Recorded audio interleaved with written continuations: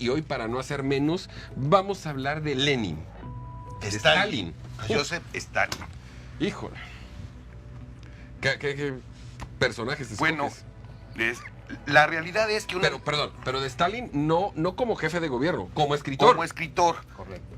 Es una faceta poco conocida de Stalin, que él en su época de revolucionario joven, él escribió, no novelas obviamente, eran libros académicos, eran libros de texto, y uno que le gustó mucho a Lenin, que fue el que lo acercó a él, fue escrito en Viena cuando él está en el exilio en 1913, y se llama El marxismo y la cuestión nacional.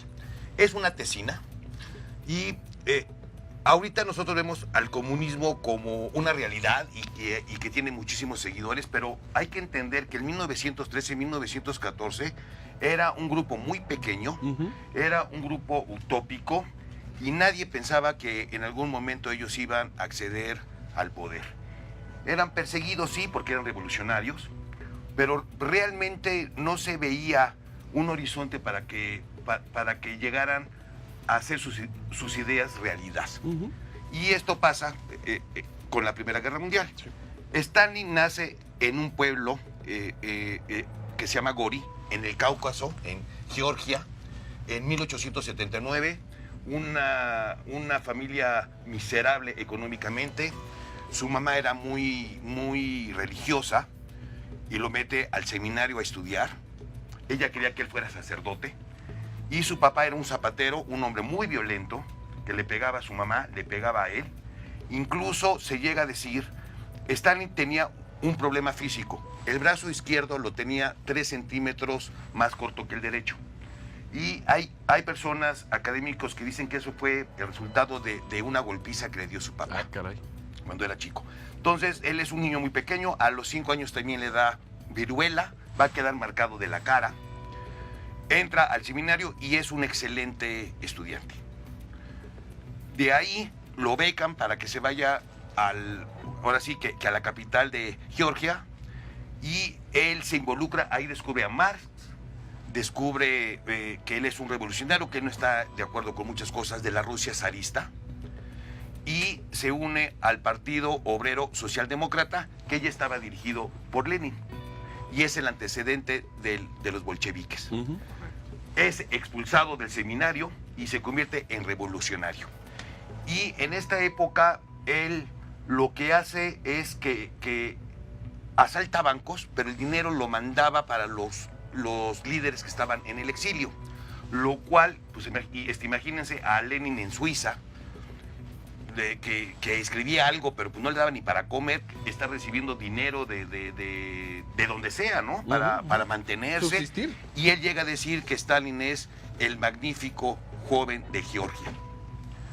El señor va 7 veces a Siberia, 6 veces se escapa. Y en sus primeros años, cuando estalla la revolución rusa, él es un miembro del partido menor. Cuando se da la revolución de febrero, se regresa de Siberia, espera que llegue Lenin en el famoso tren, en ese viaje que sale de Suiza a San Petersburgo, pasando por Alemania cerrado. Él lo está esperando, lo hace director del periódico Pravda, y realmente su desempeño como revolucionario va a iniciar después del triunfo de la Revolución de Octubre, que es cuando los bolcheviques ya toman al poder. Lo mandan al sur a pelear a una ciudad que se llamaba Stalingrado, que después se va a llamar Stalingrado, y ahí va a tener su primera gran victoria en la revolución. Él va a conocer a Trotsky, lo conoció desde sus primeros años, y eran las personas más opuestas que había. Sin embargo, Stalin admiraba a Trotsky porque era un intelectual, porque era una persona con mucha presencia, porque era muy respetado, y en cambio Stalin pues medía 1,60, no había tenido una preparación académica. Realmente él no tiene vicios. Él se casó 2 veces, fue un padre de familia con el primer hijo que tuvo, pues muy malo, porque la esposa se le muere, lo deja con los abuelos maternos a los 3 años y lo vuelve a ver hasta que tiene 20 años. Ese hijo incluso va a caer prisionero en la Segunda Guerra Mundial, y cuando los rusos ganan la batalla de Stalingrado, que toman prisionero al mariscal von Paulus, los alemanes quieren hacer un intercambio. Y él les contesta: yo no cambio soldados por mariscales. De ese grado, ¿no? Él llega a escribir: la muerte de un hombre es una tragedia, la muerte de millones es una estadística. Qué fuerte lo que nos está diciendo él. Él, ¿cómo lo vislumbra?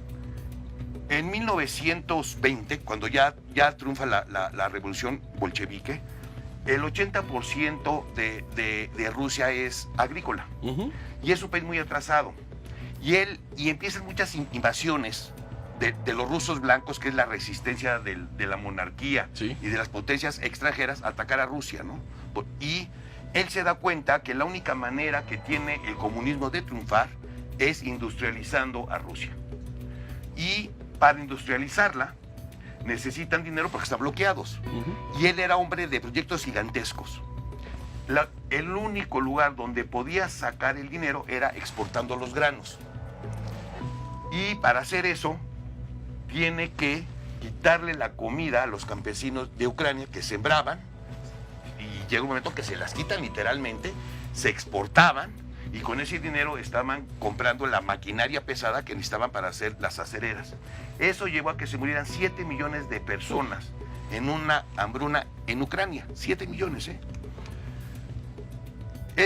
Después, él, para tomar el poder, él va acabando por cada uno de los contrincantes que estaban en el polígono. Contrincantes desde el punto de vista de una cuestión política, porque esos integrantes del Politburo eran sus amigos. Eran sus amigos. Hace un rato cuando decías, es que no tenía aficiones.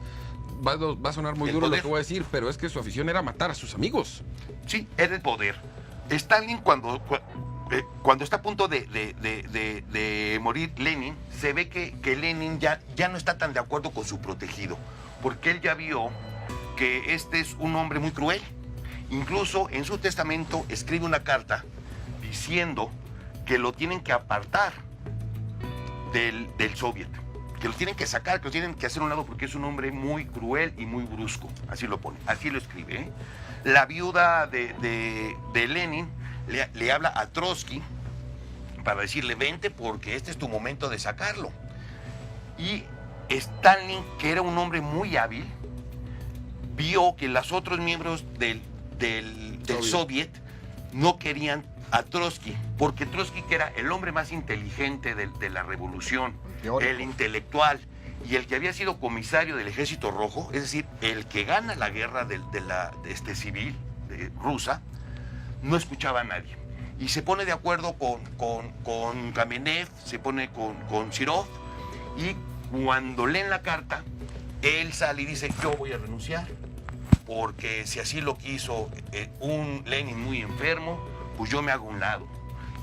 Pero quiero decirles que yo siempre he sido un gran leninista. Y los otros dicen: no, quédate con nosotros. Ese fue. Y Trotsky, él pensaba que él no iba a tener que hablar para que lo desecharan por lo que había dicho Lenin, escrito. Y ese fue el error de todos. En esa mesa, todos los que estaban, todos fallecieron. No, y fueron a todos los mató. Y todos fueron de 1934 a 1938 se instala la época del terror, del terror. Que hay una parte, porque creo que vale la pena comentarlo, que platicábamos antes de entrar al aire, haciendo esta referencia que hace unos días hablabas de Hitler. Y Miguel Solís preguntaba cuál podría ser una diferencia entre Hitler y Stalin. Fundamentalmente en el antecedente histórico de que ambos fueron, pues, grandes asesinos, ¿no? Yo creo que esa diferencia radica en la enorme crueldad de Stalin. Pues los dos eran muy crueles, obviamente. Sí, pero lo que comentábamos, por ejemplo, Hitler en su vida particular era amigo de sus amigos. Correcto. Tenía aficiones, le gustaba la música, el arte, el teatro, se divertía. Stalin solo tenía un hobby: Lo que pasa asesinar. es que los académicos piensan, sus biógrafos, piensan que él tenía un problema de psicosis. Él pensaba que efectivamente él veía conspiraciones en todo lado.